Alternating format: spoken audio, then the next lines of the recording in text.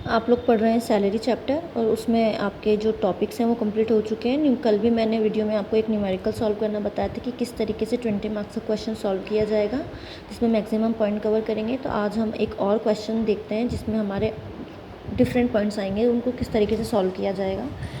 तो देखिए क्वेश्चन पढ़िए। कर निर्धारण वर्ष 19-20 के लिए श्री पारस जैन की निम्नलिखित सूचनाओं से वेतन शीर्षक की कर योग्य आय ज्ञात करें।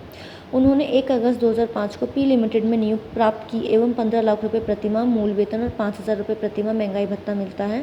पी लिमिटेड एक ऐसी कंपनी है जिसमें 49 व्यक्ति काम करते हैं। उन्हें 1 फरवरी 2019 को छटनी पर सेवा मुक्त कर दिया गया, यानी कि रिट्रेंचमेंट का केस है, छटनी का केस है। यहाँ पे जो ये जो पारस जैन है इनको नौकरी से निकाल दिया गया है। डेट आपको ध्यान रखनी है, 1 फरवरी 2019 को यहाँ पे उनको सेवा से मुक्त कर दिया गया है, छटनी जिसको बोलेंगे। यहाँ उन्होंने सेवानिवृत्ति या ऐच्छिक सेवानिवृत्ति नहीं ली है या उनको कंपनी से निकाला गया है, तो ऐसी स्थिति में इसको छटनी बोलते हैं। और छटनी के दौरान जब छटनी की जाती है तब कर्मचारी को कंपनसेशन मिलता है। वो उस कंपनसेशन के ऊपर कुछ हद तक कर मुक्त होता है और कुछ पार्ट उसका टैक्सेबल होता है, जो कि हम कैलकुलेट करेंगे हमने पहले वीडियोस में।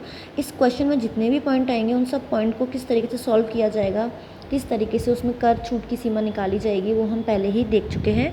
तो ये तो बस मैं आपको प्रैक्टिस के लिए समझा रही हूँ। तो इस क्वेश्चन को अगर आप लोगों ने पहले के वीडियोज़ नहीं देखे हैं तो आपको मुश्किल समझ में आएगा। तो आप पहले सारे वीडियोज़ जो इंडिविजुअल हर टॉपिक के वीडियोज़ हैं उनको आप पढ़िए, समझिए, उसके बाद ये क्वेश्चंस आप सॉल्व कर पाएंगे। तो देखिए इसमें उसको वेतन मिल रहा है, अभी फर्स्ट पॉइंट ही चल रहा है हमारा, वेतन मिल रहा है 15,000, तो उसकी बेसिक सैलरी है और 5,000 उसका डीए है। नेक्स्ट पॉइंट देखिए सेकंड। इस कंपनी में नियुक्त प्राप्त करने वाले ए लिमिटेड के काम करते थे, यानी कि इस कंपनी में काम करने से पहले जो पारस जैन है वो ए लिमिटेड में भी काम करते थे। वहाँ से भी उन्हें यहाँ से सेवा मुक्ति प्राप्त करते समय उन्हें 1 लाख रुपए ग्रेच्युटी के मिले, 90,000 एक मुश्त पेंशन मिली, यानी कम्यूटेशन ऑफ पेंशन वाला जो पॉइंट हमने पढ़ा था वो यहाँ पर एप्लीकेबल होगा। 50,000 उन्हें क्षतिपूर्ति यानी कंपनसेशन के तौर पर मिला एवं अर्जित लाभ के नकदीकरण के संबंध में 1 लाख रुपए प्राप्त हुए। ठीक है, इन सभी राशियों की कर मुक्ति प्राप्त हुई, यानी ये उनको जो मिला है वो एग्जेम्प्टेड था। थर्ड पॉइंट देखिए, यानी थर्ड पॉइंट में है उन्हें बिक्री पर 10% की दर से प्रतिमाह कमीशन मिलता है। कंपनी की गत वर्ष में बिक्री 12 लाख रुपए थी। अब यहाँ पे देखिए उसको बिक्री हो रही है एनुअल, ये जो दर दे रखी है एनुअल दे रखी होती है, और उसने कितने महीने काम किया, इस जो हमारा असेसमेंट ईयर है उसमें उनकी छटनी कर दी गई 1 फरवरी को। तो दो महीने निकाल दीजिए फरवरी मार्च के, क्योंकि ये प्राइवेट एम्प्लॉय है, इनका जो फाइनेंशियल असेसमेंट ईयर 31 मार्च तक चलेगा, तो 2 महीने पहले ही इनको निकाल दिए गए। तो जो कैलकुलेशंस होंगी वो इनकी यहाँ पे सेल्स को लेकर 10 महीने की होंगी। सेवानिवृत्ति पर उन्हें 4 लाख की ग्रेच्युटी मिली। ग्रेच्युटी के पॉइंट यहाँ पे एप्लीकेबल हो जाएंगे। नेक्स्ट पॉइंट, उन्हें संपूर्ण मूल वेतन एवं महंगाई भत्ते का 60% यानी बेसिक प्लस 60% ऑफ डीए के बराबर प्रतिमाह पेंशन मिलती थी। यानी उनकी पेंशन कितनी, full amount of basic plus DA का 60%। उन्होंने अपनी पेंशन के 60% भाग के बदले एक मुश्त 1,80,000 प्राप्त किए। कम्यूटेशन ऑफ पेंशन, अब कम्यूटेशन ऑफ पेंशन आप जब कैलकुलेट करेंगे तो आपको ये ध्यान में रखना है कि ग्रेच्युटी मिल रही है या नहीं मिल रही। तो यहाँ पे ये ग्रेच्युटी भी प्राप्त कर रहा है। नेक्स्ट पॉइंट, 6th पॉइंट, उन्हें सेवा शर्तों के अनुसार 1 वर्ष में 45 दिन का अवकाश लेने का अधिकार था। सेवा मुक्ति के समय उनके खाते में 12 माह के अर्जित वेतन के बदले उन्हें 1,80,000 मिले, यानी कि जो आपके उपार्जित अवकाश होते हैं तो उनके खाते में 12 माह का शेष था और उन्हें उसके बदले में 1,80,000 रुपये मिले। 7th पॉइंट, उन्हें छटनी के कारण नौकरी से हटाने की पूर्व सूचना नहीं दी गई, अतः उन्होंने 60,000 रुपये की राशि सूचना अवधि के वेतन के रूप में प्राप्त की और 4,50,000 क्षतिपूर्ति के भी मिले। तो यहाँ पे जो कंपनसेशन है छटनी का उनको है 4,50,000 और 60,000 उनको सैलरी मिली है, तो यहाँ पे ये नॉर्मल सैलरी की तरह टैक्सेबल होगी।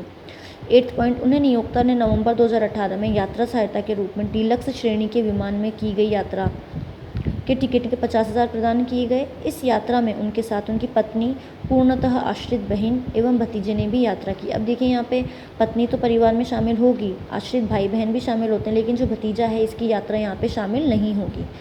आगे पढ़िए, यदि यात्रा इकोनॉमी श्रेणी के विमान से की जाती है तो कुल टिकट 30,000 रुपये व जनता, जबकि रेलवे वातानुकूलित प्रथम श्रेणी का किराया सिर्फ 20,000 रुपये था। यानी कि उन्होंने जो यात्रा करी है उस पर खर्च किया है 50,000। यहाँ पे हम 8th वाला पॉइंट पढ़ रहे हैं। इकोनॉमी में अगर वो यात्रा करते तो कुल टिकट पे 30,000 आता और रेल से करते तो 20,000 आता। उन्हें मार्च में 2018 में ऐसी सुविधा मिली थी जिससे इसको पूर्व कभी नहीं मिली थी, तो इन्होंने इससे पहले कभी भी इस सुविधा का लाभ नहीं उठाया। तो इसका सॉल्यूशन हम उसी तरीके से करेंगे। पहले फॉर्मेट बनाएंगे, लगभग फॉर्मेट के लिए एक पेज हम छोड़ देंगे क्योंकि क्वेश्चन में बड़ा है। उसके बाद हम वर्किंग नोट्स डालेंगे, टिप्पणी लिखेंगे और एक एक पॉइंट करते जाएंगे और उसका वर्किंग नोट हम देते चले जाएंगे। तो आइए इसका सोल्यूशन देखते हैं। तो देखिए यहाँ पे बेसिक शुरुआत हमेशा बेसिक सैलरी से होगी। यहाँ पे उसको बेसिक सैलरी 15,000 मिलती थी। अब क्योंकि उसने 10 महीने ही काम किया है तो हम यहाँ पे इंटू 10 करेंगे, क्योंकि उनको फरवरी में सेवा मुक्त कर दिया गया था, उनकी छटनी कर दी गई थी। तो फरवरी और मार्च 2 महीने हटा दीजिए, तो 10 महीने ही उन्होंने यहाँ पे काम किया। तो 15,000 इंटू 10 ये उनकी बेसिक सैलरी हो गई। महंगाई भत्ता जो है उनको मिलता है 5,000 रुपये प्रति बार, 10 वेडी के हिसाब से यहाँ पे अमाउंट आ जाएगा। कमीशन भी उनको प्राप्त होता है। तो देखिए पहले तो मैंने आपको कल बताया था कि जो फॉर्मेट बनेगा वो इस तरीके से होगा कि पहले salary, DA, bonus, sales, commission, ये सारी चीज़ें आ जाएंगी। उसके बाद यहाँ पे आपको जो मॉनेटरी टर्म जो आपको मिलते हैं, यानी भत्ते आपको जो मिलते हैं वो सारे आ जाएंगे। उसके बाद आप अनुलाभों की बारी आएगी। तो उसी प्रकार उसी क्रम में हम यहाँ पे लिखते चले जाएंगे। अब यहाँ पे कमीशन मिलता है उसको। अब जो कमीशन है वो एनुअल है, 10% के हिसाब से। तो 12 लाख की सेल की है, लेकिन केवल 10/12 करेंगे क्योंकि हमें यहाँ केवल 10 मंथ्स का चाहिए। तो यहाँ पे आपने अमाउंट लिख दिया 1 लाख रुपीज़। अब ग्रेचुटी की नेक्स्ट पॉइंट आता है आपका ग्रेचुटी का। अब ग्रेचुटी उसने प्राप्त करी कितनी, 4 लाख। अब मैंने आपको बताया था इससे पहले के वीडियो में, एक वीडियो पूरा ग्रेचुटी के ऊपर था कि ग्रेचुटी किस तरीके से कैलकुलेट की जाती है। ग्रेचुटी कैलकुलेट करने के लिए आपको 3 पॉइंट कैलकुलेट करने पड़ेंगे। 3 में से भी एक्चुअली 2 पॉइंट तो आपके क्वेश्चन में गिवन होते हैं, एक ही पॉइंट यहाँ पे आपको कैलकुलेट करना है। तो ग्रेचुटी कैलकुलेट करते समय आपको सबसे पहले तो ये देखना है कि वो जो पर्सन है, जो एम्प्लॉय है, वो कौन सी ग्रेचुटी वाली कैटेगरी में फॉल करता है। यहाँ पे ग्रेचुटी की हमने 2 कैटेगरी पढ़ी थी। एक तो वो जो लोग ग्रेचुटी एक्ट 1972 के अंडर आते हैं और एक वो जो नहीं आते हैं। तो यहाँ पे जब हमने क्वेश्चन पढ़ा तो देखा कि एक लाइन फर्स्ट पॉइंट में लास्ट लाइन दे रखी थी कि वहाँ पे 49 कर्मचारी काम करते हैं। तो इसका मतलब जहाँ पे 10 एम्प्लॉय से ज़्यादा काम करते हैं वो ग्रेचुटी एक्ट 1972 के अंडर आते हैं। तो इसका मतलब ये जो पारस जैन है, जो कर्मचारी हैं, ये ग्रेचुटी एक्ट के अंडर आते हैं। तो ग्रेचुटी एक्ट 1972 के अकॉर्डिंग जो है आपकी वो जो कंडीशंस होंगी वो अलग होंगी। यहाँ पे आपको 3 राशियाँ निकालनी पड़ेंगी और उनमें से जो न्यूनतम राशि होगी वही आपको यहाँ पे कर मुक्ति की राशि होगी। बची हुई राशि पे आपको टैक्स देना पड़ेगा। तो ये देखिए यहाँ पे आपकी 3 राशियाँ निकालनी पड़ेंगी। तो पहली तो होगी 15 दिन की salary for each year of service, ठीक है। दूसरा है मैक्सिमम अमाउंट और तीसरा है अमाउंट रिसीव। तो ये 2 तो आपको कैलकुलेट नहीं करने पड़ते। अमाउंट रिसीव क्वेश्चन में गिवन होता है। मैक्सिमम अमाउंट वैसे यहाँ पे 20 लाख है, लेकिन क्योंकि 1 लाख रुपए आपको पहले पूर्व नियोक्ता से 1 लाख रुपए की ग्रेचुटी के समय मिल गए थे, तो यहाँ पे हम जो मैक्सिमम अमाउंट की जो राशि है, जो सीमा है, उसको 1 लाख रुपये से कम कर देंगे। नॉर्मल केसेस में हम ऐसा कम नहीं करेंगे, 20 लाख की जगह 20 लाख रुपए ही लिखेंगे। लेकिन यहाँ पे पारस जैन ने पूर्व नियोक्ता से भी 1 लाख रुपए ग्रेचुटी के तौर पे प्राप्त कर लिए थे। तो यहाँ पे उसको हम जो अधिकतम छूट की सीमा है उसमें से घटा देंगे। तो यानी इस केस में मिस्टर पारस 19 लाख रुपए ही यहाँ पे अधिकतम के तौर पर प्राप्त कर सकते हैं। तो 19 लाख तो अधिकतम और अमाउंट रिसीव 4 लाख। अब हमें बस एक पॉइंट कैलकुलेट करना है, 15 days salary for each year of service. Each year of service यानी कि अगर ये कुछ महीने भी होते हैं तो उसको हम पूरा 1 साल मानेंगे। तो यहाँ पे इन्होंने कितना काम किया है, 13 साल। आप 2005 में ये लगे थे और 2019 में रिटायर हुए हैं। तो आप निकालेंगे, जब आप कैलकुलेट करेंगे तो पूरा यहाँ पे 13 साल आ जाएंगे। 13 साल कैसे आएंगे, क्योंकि आपके कुछ मंथ्स भी आएंगे, लेकिन जो ग्रेचुटी एक्ट के अंडर आपको लेना है वो आपको कंप्लीट आपको जो है एवरी ईयर ऑफ सर्विस लेना है। तो हर 1 साल को जो एक्स्ट्रा मंथ्स हैं उनको भी आप क्या मानेंगे, 1 कंप्लीट ईयर। तो यहाँ पे आपके यहाँ पे 13 हो जाएंगे। तो 15 डेज सैलरी, 15 डेज सैलरी के लिए आप यहाँ पे सैलरी का मतलब होगा आपका बेसिक प्लस डीए। तो बेसिक सैलरी है 15,000, डीए है आपका 5,000, तो 20,000 हो जाएगा आपका। 20,000 में डिवाइड देंगे 26 का, क्योंकि हमें 15 दिन की चाहिए। तो 15 दिन के हिसाब से यानी हमें एक मंथ में हम 26 वर्किंग डेज होते हैं, तो हम 26 से डिवाइड देंगे तो एक दिन की सैलरी आ जाएगी हमारी 769.23। या सैलरी का जो मतलब है वो हर पॉइंट में अलग अलग होता है। तो ग्रेचुटी के जो 1972 एक्ट है उसके अंदर आपके बेसिक का मतलब होता है, सैलरी का मतलब होता है बेसिक प्लस डीए। तो पर डे सैलरी आ गई यहाँ पे 769.23। उसको 15 डेज़ की बनानी है तो हम उसको किससे इंटू कर देंगे, यहाँ पे 15 से इंटू कर देंगे। तो 15 days salary for each year of service, 15 into 769.23 into for each complete year of service. तो 13 साल उनके कंप्लीट है तो यहाँ पे हम उनको 13 से भी मल्टीप्लाई कर देंगे। तो यहाँ पे जो अमाउंट आपका निकल के आएगा वो है 1,50,000। अब इन तीनों में जो सबसे कम अमाउंट होगा वो आपके लिए टैक्स फ्री हो जाएगा, बचे हुए पे आपको टैक्स देना पड़ेगा। तो यहाँ पे है 1,50,000। तो जब हमने यहाँ पे ग्रेचुटी लिखी है, देखिए 4 लाख रुपीज़ लिखी, तो इसमें से 150 हमने माइनस कर दिए टैक्स फ्री अमाउंट के, और बचे हुए 2,50,000 पे आपको यहाँ पे टैक्स देना पड़ेगा। ठीक है। अब नेक्स्ट पॉइंट देखते हैं पेंशन। पेंशन उसको कितनी प्राप्त हो रही है। अब पेंशन उसको मिलती थी, यहाँ पे देखिए कितनी मिलती थी। क्वेश्चन में ये बोला है कि पेंशन तो फुल, तो बेसिक सैलरी, तो फुल बेसिक सैलरी है इसकी 15,000 और 60% डीए का, तो 5,000 इसको डीए मिलता है, तो 60% डीए का यहाँ पे आ जाएगा आपके 3,000। तो टोटल इसको कितनी मिल रही है यहाँ पे 18,000। लेकिन ये 18,000 पूरी पेंशन प्राप्त नहीं कर रहा है। इसने क्या किया, अपनी पेंशन को कम्यूटेशन करवा लिया, यानी अपनी पेंशन के कुछ हिस्से को एक मुश्त प्राप्त कर लिया और बचे हुए को वो पेंशन के रूप में प्राप्त कर रहा है। तो कितनी इसने एक मुश्त राशि कितनी ले ली, 60%। तो इसकी कुल पेंशन होती है 18,000, उसका 60% यानी 10,800 तो वो एक मुश्त के रूप में उसने प्राप्त कर लिया। बची कितनी है उसकी 7,200 पेंशन। पेंशन कब से मिलने लगी है उसको, जब से उसको निकाल दिया नौकरी से, उसके बाद से। उसको हमने निकाला 1 फरवरी को, तो इसका मतलब उसको 1 फरवरी से पेंशन मिलने लग गई। उससे पहले उसको वेतन मिल रहा था, तो 2 महीने की पेंशन यहाँ टैक्सेबल हो जाएगी। पेंशन वैसे तो 18,000 बनती है, लेकिन 60% हिस्सा उसने एक मुश्त राशि के रूप में प्राप्त कर लिया, तो बचा हुआ जो 40% है वो मिस्टर पारस जो है वो प्राप्त कर रहे हैं पेंशन के रूप में। तो ये देखिए यहाँ पे पेंशन 7,200 × 2 कर दिया, ये आपको प्राप्त हो गई। अब पेंशन का एक पार्ट कंप्लीट हो गया, क्योंकि pension is fully taxable for all kind of employees. अब हम बारी आएगी एक मुश्त पेंशन की, जिसको हम बोलते हैं कम्यूटेशन ऑफ पेंशन। तो कितना पार्ट हमने कम्यूट करवाया, यहाँ पे देखिए 60% पार्ट कम्यूट करवाया। अब जब हम ग्रेचुटी देख रहे हैं, तो ग्रेचुटी में हम ये देखेंगे कि ग्रेचुटी अगर कम्यूटेशन ऑफ पेंशन, हमारा पार्ट चल रहा है कम्यूटेशन ऑफ पेंशन का। तो इसमें आपको ये देखना है कि आपको ग्रेचुटी मिल रही है या नहीं मिल रही। ग्रेचुटी मिलती है तो अलग कंडीशन है, ग्रेचुटी नहीं मिलती तो अलग कंडीशन। तो यहाँ पे मिस्टर पारस जैन जो हैं आपके ग्रेचुटी प्राप्त कर रहे हैं। तो अगर ग्रेचुटी प्राप्त कर रहे हैं तो कुल प्राप्त एक मुश्त पेंशन का 1/3 पार्ट जो होता है वो टैक्स फ्री हो जाता है, बचे हुए पर टैक्स लगता है। तो जो ग्रेचुटी एक्ट में नहीं आते हैं, जिन पे ग्रेचुटी नहीं मिलती है, उनका 1/2 पार्ट जो होता है एक मुश्त पेंशन का वो टैक्स फ्री हो जाता है, बचे हुए पे उनको टैक्स देना पड़ता है। तो देखिए यहाँ पे आपका वर्किंग नोट का पॉइंट सेकंड है, पेंशन जो प्राप्त हो रही है 60% of pension is equal to 1,80,000। तो 100% कितना होगा, ये जो 1,80,000 है पेंशन का जो उनको प्राप्त हुआ है वो कितना है, 60% है। उसको कितना हिस्सा प्राप्त हुआ है, ये कैसे आया यहाँ पे 10 महीने 18,000 उसने पर मंथ की हो गई ना उसकी पेंशन। 18,000 कैसे, 15 बेसिक और डीए का 60% हिस्सा 18,000। अब उसको 10 महीने के हिसाब से मिले, इंटू 10 महीने करेंगे हम तो 180 आ जाएंगे यहाँ पे। ये अपने आप में कितनी है 60, यहाँ पे जो है 1,80,000, ये 1,80,000 आपको यहाँ पे बुक में गिवन है कि आपको एक मुश्त राशि के बदले, देखिए ये आपके पॉइंट है क्वेश्चन में, यहाँ पे गिवन है कि आपकी हिंदी में आपको बताती हूँ, 1,80,000 रुपये उनको 60% भाग के बदले एक मुश्त 1,80,000 रुपये उन्होंने प्राप्त किए। तो यहाँ पे कितनी प्राप्त हुई है उनको पेंशन, कम्यूटेशन ऑफ पेंशन एक मुश्त आती है 1,80,000। तो ये कितना भाग पारस जैन जो ये आप कर्मचारी हैं मिस्टर पारस, इन्होंने अपनी पेंशन का 60% भाग एक मुश्त प्राप्त किया है। तो इसका मतलब ये जो 1,80,000 है ये 60% है। अब आप इसको उल्टा करेंगे, इसको आप 100% बनाएंगे, यानी 100/60 करेंगे, तो यहाँ पे आ जाएगा आपका 3 लाख। यानी ये अपने आप में इस 1,80,000 को 100% बनाने के लिए आप क्या करेंगे, 1,80,000 × 100/60, तो कितना हो जाएगा ये 3 लाख। यानी फुल पेंशन मिलती तो कितनी मिलती है इनको 3 लाख। तो जो अमाउंट रिसीव्ड है उसका 1/3 पार्ट, यानी इसका जो फुल पेंशन अगर मिलती इसको एक मुश्त राशि के रूप में, तो 3 लाख का 1/3 पार्ट यहाँ पे एग्जाम्प्ट हो जाएगा। 3 लाख का 1/3 पार्ट कितना होगा, 1 लाख रुपीज़। तो यहाँ पे देखिए लमसम अमाउंट में 1,80,000 में से 1 लाख हमने टैक्स फ्री कर दिए, बचे हुए पे हमने यहाँ पे टैक्स लगा दिया।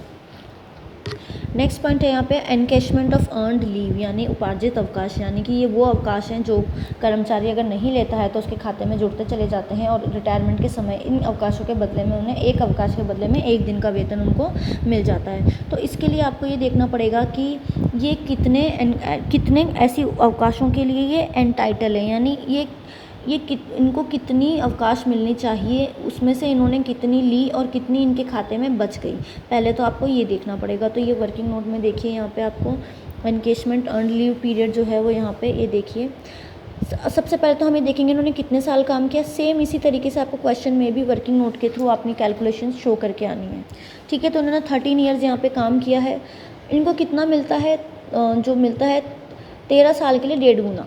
लीव एंटाइटलमेंट जो ये है कितने साल के लिए, यानी ये है 45 डेज़ के लिए। क्वेश्चन में आपके मेंशन है 45 दिन का अवकाश उनको मिला है 45 दिनों के लिए। तो 13 साल काम किया तो 45 डेज़ यानी 1.5 महीना हो गया, तो यहाँ पे हाफ लिख दिया। आप चाहें तो 45 डेज़ भी कर सकते हैं, लेकिन ये क्योंकि ये यहाँ पे ईयर्स में है तो यहाँ पे आपको 45 डेज़ को भी यहाँ पे कन्वर्ट करना पड़ेगा। तो 1 मंथ्स में तो 1.5 में यहाँ करेंगे तो 19.5 मंथ्स आपको यहाँ पे टोटल इंटाइटलमेंट आपको मिला है 19.5 मंथ्स का। तो इसका मतलब आपके खाते में कितनी, क्वेश्चन में गिवन था कि आपके खाते में कितनी शेष रह गई है लीव, 12 महीने की, 12 मंथ, यानी कि इसका मतलब आपने कितनी यूज़ कर ली है, 7.5 मंथ्स की आपने यहाँ पे यूज़ कर ली है। फिर से एक बार बता देती हूँ, पारस जी ने 13 साल काम किया, इन 13 साल के बदले उनको वो कितने के लिए एलिजिबल थे, 45 दिनों के लिए। क्वेश्चन में ये मेंशन है आपको, फिर मैं एक बार क्वेश्चन दिखाऊंगी तब आप पढ़ना दोबारा से। 1.5 महीने यानी 45 डेज यानी लगभग 1.5 महीना, तो 1.5 कर दें यहाँ पे, तो 19.5 मंथ्स के लिए वो मिस्टर पारस एलिजिबल थे।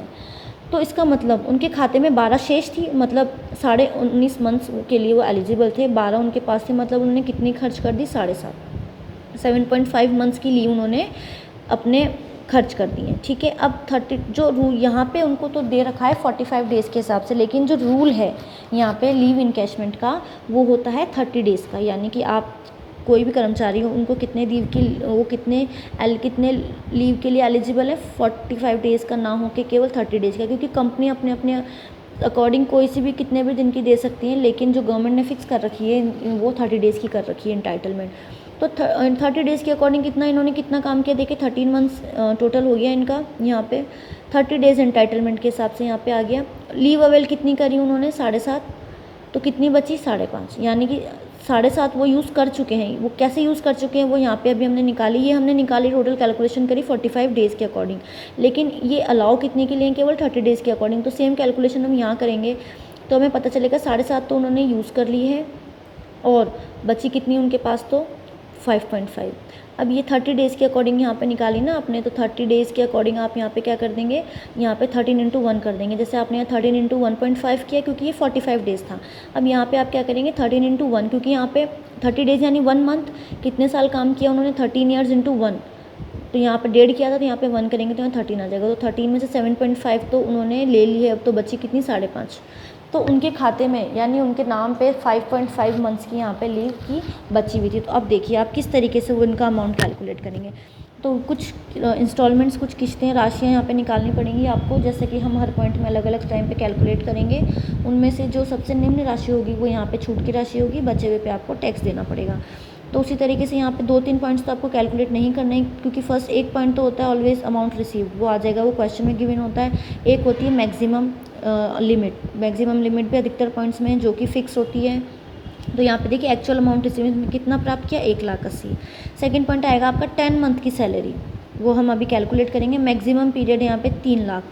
अब 3 लाख तो यहाँ पे अमाउंट होता है, लेकिन क्योंकि इन्होंने पिछले नियोक्ता उससे भी प्राप्त किया तो 1,10,000 यहाँ पे आप लेस कर देंगे, क्योंकि इसने पूर्व नियोक्ता से भी क्या प्राप्त किए थे, 1,10,000, तो यहाँ पे हम उनको लेस कर देंगे, जैसे कि इससे पहले हमने ग्रेच्युटी के केस में किया, मैक्सिमम अमाउंट लिमिट की केस में। फिर है salary for earned leave period, यानी जो उनके खाते में बची हुई है उस टाइम पीरियड के लिए उनकी सैलरी। ठीक है, तो अब हम फर्स्ट पॉइंट तो हमारा ऑलरेडी कैलकुलेटेड है, क्वेश्चन में गिवन है। सेकंड पॉइंट 10 मंथ की सैलरी, तो यहाँ पे सैलरी का मतलब होता है बेसिक प्लस डीए पिछले लास्ट 10 मंथ्स की। 10 यानी जो पिछले इनके रिटायर होने से या सेवानिवृत्ति या फिर छटनी होने के जो पिछले के 10 महीने हैं, तो ऐसे टाइम पे इनकी सैलरी कितनी रही थी, यहाँ पे 20,000 रुपये। ठीक है, प्लस यहाँ पे आप कमीशन भी जोड़ेंगे तो यहाँ पे टोटल आ जाएगा आपका 28,000 रुपीज़। तो अब उसके हिसाब से जो सैलरी यहाँ पे अर्नड लीव सैलरी कैलकुलेट करते वक्त सैलरी का मतलब होता है basic plus DA plus sales, जो कमीशन वगैरह आपको मिल रहा है वो भी यहाँ पे ऐड हो जाता है। तो यहाँ पे देखिए कमीशन यहाँ पे नहीं आएगा, यहाँ पे जो आपकी सैलरी है वो कितनी है, 15,000 तो आपकी बेसिक है और डीए है यहाँ पे आपका। अब ये जो डीए है आप यहाँ कितना प्राप्त कर रहे हैं, अर्नड लीव सैलरी आप रिटर्न्स के टाइम पे केवल 60% ऑफ डीए आपको कितना मिल रहा है यहाँ पे, अब आपको मिल रहा है डीए का केवल 60%। तो 5,000 जो डीए आपको मिलता था उसको 60% ले लेंगे तो यहाँ पे 3,000 हो जाएगा। तो आप आपको टोटल कितनी सैलरी मिल रही है यहाँ पे 28,000 की। तो पिछले 10 महीनों की तो 28,000 × 10 करेंगे तो 2,80,000 आ जाएगा। मैक्सिमम अमाउंट आपको बता ही दिया मैंने। Salary for earned leave period, यानी उसके खाते में जो शेष रह रहा है वो बकाया के लिए आपको जो सैलरी उससे आप इंटू कर देंगे तो 5.5 महीने का रह रहा है। 1 महीने का कितना 28,000, तो 5.5 महीने का कितना हो जाएगा 1,54,000। तो इन चारों में जो सबसे निम्न राशि होगी यहाँ पर जो कि है 1,54,000 की, ये यहाँ पे छूट की राशि होगी, बचे हुए पे यहाँ पर टैक्स देना पड़ेगा। अर्नड लीव सैलरी के ऊपर मैंने पूरा टॉपिक आपको समझा रखा है, पहले के वीडियो देखेंगे तो आपको ज़्यादा क्लियर हो जाएगा ये पॉइंट। तो देखिए यहाँ पे 1,54,000 हमने 1,80,000 में से 154 टैक्स फ्री कर दिए, बचे हुए पे हमने यहाँ पे टैक्स लगा दिया। नेक्स्ट है यहाँ पे सैलरी ऑफ नोटिस पीरियड जो 60,000 की मिली थी फुली टैक्सेबल होगी क्योंकि ये सैलरी है। रिट्रेंचमेंट कंपनसेशन, रिट्रेंचमेंट यानी छटनी के दौरान उसको मिलने वाला अवकाश, तो ये किस तरीके से होगा देखिए। छटनी के समय जो राशि मिलती है यहाँ पे भी वही 3 राशियाँ आपको निकालनी पड़ेंगी। मैक्सिमम अमाउंट क्वेश्चन में गिवन है जो कि ये 5 लाख का, एक्चुअल अमाउंट यहाँ पे 4.5 लाख का वस्त जो आपने प्राप्त किया, और एक आपको कैलकुलेट करना है 15 दिन का वेतन। अब 15 दिन का वेतन निकालने के लिए 15 days salary for every year of service, यानी ईच ईयर ऑफ सर्विस यहाँ पे आएगा। तो ईच ईयर इसने यहाँ पे 13 महीने काम किया है, 15 दिन की सैलरी तो इंटू 15 कर देंगे। तो जब दिन की बात आती है तो आप क्या करेंगे, सैलरी काउंट करके उसको डिवाइड करेंगे नंबर ऑफ डेज या नंबर ऑफ मंथ से, ताकि आपको पर डे की सैलरी मिल जाए। तो यहाँ पे सैलरी जो मिल रही थी वो कितनी, यहाँ पे अब सैलरी का मतलब है बेसिक, डीए प्लस कमीशन। जब आप छटनी के लिए सैलरी कैलकुलेट करेंगे तो डीए और डीए के साथ साथ मूल वेतन, डीए और उसके साथ साथ आप यहाँ पे कमीशन भी ऐड करेंगे। 3 महीनों का है तो इंटू 3 कर देंगे, ये तो 1 महीने की हो गई, इंटू 3 कर देंगे। 3 महीने का अब देखिए यहाँ पे पर डे की पूछी है, तो जो उसके लास्ट 3 मंथ्स हैं जो कि होंगे आपके फरवरी में, तो वो रिटायर कर दिया, फरवरी काउंट नहीं होगा। जनवरी के दिन आएंगे यहाँ पर, दिसंबर के दिन आएंगे और नवंबर के दिन आएंगे। तो नवंबर, दिसंबर, जनवरी, पिछले 3 महीने, गत 3 महीने उसको हम ले लेंगे तो हमारा पर डे का वेतन आएगा 978.26। यहाँ पे हम उसको इंटू कर देंगे 15 दिनों से, तो 15 दिन का वेतन हो जाएगा। For each year of service के लिए 13 से इंटू हम कर देंगे। तो यहाँ पे अब इनमें से जो निम्न राशि होगी जो कि 1,90,761 की, वो यहाँ पे छूट की राशि हो जाएगी, बचे हुए पे यहाँ पे टैक्स लग जाएगा। तो ये देखिए हमने लेस कर दिया साढ़े उसमें से 4 लाख में से। नेक्स्ट टॉपिक देखिए एलटीए का। अब एलटीए उसको मिला 50,000, लेकिन यहाँ पे भतीजा उसका फ्री होगा, फ्री नहीं होगा, पत्नी और उस पर आश्रित बहन यहाँ पे छूट के दायरे में आ जाएंगे, लेकिन भतीजा यहाँ पे छूट के दायरे में नहीं आएगा। और दूसरा क्वेश्चन में ये बोला था आपको कि उसको 20,000 रुपये तो रेलवे के एसी का मिलता है, और जो एरोप्लेन से अगर बाय एयर यात्रा करता है तो उसको 30,000 रुपये 30,000 रुपये इकोनॉमिक क्लास का मिलता है। लेकिन उसने यात्रा करी है डिलक्स में, जिसमें उसने खर्च किया है 50,000। अब यहाँ पे उसने खर्च किया 50,000, लेकिन उसको जो छूट मिलेगी वो केवल 30,000 की मिलेगी, क्योंकि इकोनॉमी क्लास की छूट दी जाती है और इकोनॉमी क्लास का यहाँ पे किराया है 30,000। अब ये 30,000 जो है वो 4 लोगों के लिए, लेकिन उसके 3 लोगों के लिए छूट मिल जाएगी, बचे हुए एक पे उसको टैक्स देना पड़ेगा। तो यहाँ पे आप 30,000 को जब डिवाइड करेंगे 4 लोगों में, तब आपको 4 लोगों में आप डिवाइड करेंगे, फिर इंटू 3 उसको कर देंगे, तब आपको यहाँ पे 22,500 की राशि मिल जाएगी, जो कि है स्वयं मिस्टर पारस के, उसके वाइफ की और उसकी आश्रित बहन की। तो यानी भतीजा यहाँ से निकाल देंगे, हम एक्सक्लूड कर देंगे। तो 50,000 में से 22,500 जो उनका खुद का खर्चा है वो हटा के बचे पर उनको टैक्स देना पड़ जाएगा। तो जब आप इन सब को ऐड करेंगे तो आपकी ग्रॉस सैलरी आएगी यहाँ पे 10,17,139। अब उनमें से आप लेस कर दीजिए स्टैंडर्ड डिडक्शंस। तो स्टैंडर्ड डिडक्शंस हैं यहाँ पे आपके 50,000 होते हैं, यहाँ पे 40,000 क्योंकि पुराने रूल के अकॉर्डिंग लिखा हुआ है, पुराने बुक के आप लोग यहाँ पे 50,000 लिखेंगे, और जब लेस कर देंगे तो यहाँ पे आपको टैक्सेबल इनकम मिल जाएगी मिस्टर पारस की। ये बहुत लंबा क्वेश्चन हो गया, आराम पेशेंस रख के आप सुनना, समझना और खुद इसको सॉल्व करना, एक एक पॉइंट ध्यान से लिख कर समझ कर उसकी जो कैलकुलेशन है वो वर्किंग नोट्स में शो करते हुए आप इसको कंप्लीट करिएगा।